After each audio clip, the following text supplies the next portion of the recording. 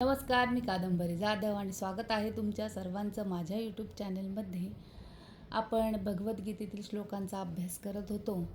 तर आपला अर्जुन विषाद पूर्णयोगी झालेला आहे आणि सांख्ययोग आपला सुरू आहे. तर सांख्ययोगमधले 11 श्लोक आपले पूर्ण झालेले आहेत आणि आज आपण पाहणार आहोत 12वा श्लोक. तर सुरू करूयात. राधे राधे म्हणून. न तू एव अहम जातु न आसम न त्वम न इमे जन अधिपाः न च एव न भविष्यामः सर्वे वयम अतः परम. म्हणजेच ज्या काळी मी, तू आणि हे सर्व राजे अस्तित्वात नव्हते असा काळ कधीही नव्हता आणि भविष्य काळात आपण अस्तित्वविहीन होणार असेही नाही.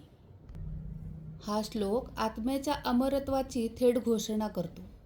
भगवान श्रीकृष्ण अर्जुनाला जेव्हा हे म्हणतात तेव्हा आयुष्याचा दृष्टिकोनच बदलतो. ते अर्जुनाला म्हणतात, तुला जे मरणार आहे असे वाटतायत ते फक्त शरीर आहे. तू, मी आणि सगळे जीव आत्मा म्हणून नेहमीच होतो, आहोत आणि राहणार आहोत. आपण ज्याला मृत्यू म्हणतो तो फक्त शरीराचा बदल आहे. आत्मा कधीच जन्मही घेत नाही आणि कधीच मरणही पावत नाही. जेव्हा आपण स्वतःला फक्त शरीर समजतो तेव्हा विरह, भीती, दुःख आपल्यावर राज्य करतात. भगवद्गीतेतील शिकवणूक जाणण्याचा प्रयत्न म्हणजे मधमाशीने मधाची कुपी बाहेरून चाटल्याप्रमाणेच आहे. ज्याप्रमाणे एखाद्याला मधाची कुपी उघडल्या वाचून त्यातील मधाची चव घेता येत नाही, त्याप्रमाणे या ग्रंथातील 4थ्या अध्यायामध्ये सांगितल्यानुसार भगवत भक्ताविना इतर कोणीही भगवद्गीता जाणू शकत नाही. इथे या वाक्याचा उलगडा मी असा करेन, गीता ही सर्व मानवजातीसाठी आणि तिचे अज्ञान दूर करण्यासाठीच आहे. त्यामुळे तिला समजण्याचा हक्क सर्वांना आहे. पण ज्याला अध्यात्माची गोडीच नाही, ज्याचा कर्म आणि धर्म याच्यावर विश्वासच नाही, ज्याला निसर्ग नियमांचे ज्ञानच नाही, तो हे ज्ञान कसे का आत्मसात करू शकेल? जर स्वतंत्र व्यक्तित्व भौतिक सृष्टीशी संबंधित असते तर भगवंतांनी गीतोपदेश करण्याची काहीच आवश्यकता नव्हती. म्हणजेच माणसाचं स्वतंत्र अस्तित्व, थोडक्यात आत्मा, हे फक्त शरीर आणि या भौतिक जगाशी जोडलेलं असतं. म्हणजे आपण फक्त शरीर, भावना, विचार इतकंच असतो.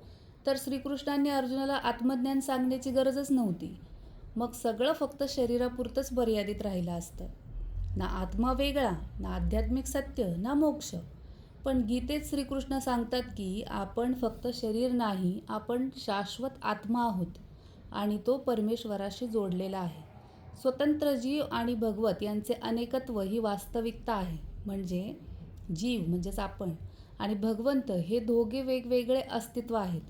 ते पूर्णपणे एकच नाहीत. जीव हा लहान, मर्यादित, अज्ञानाने झाकलेला असू शकतो, पण भगवंत सर्वज्ञ, सर्वशक्तिमान, अनंत आहेत.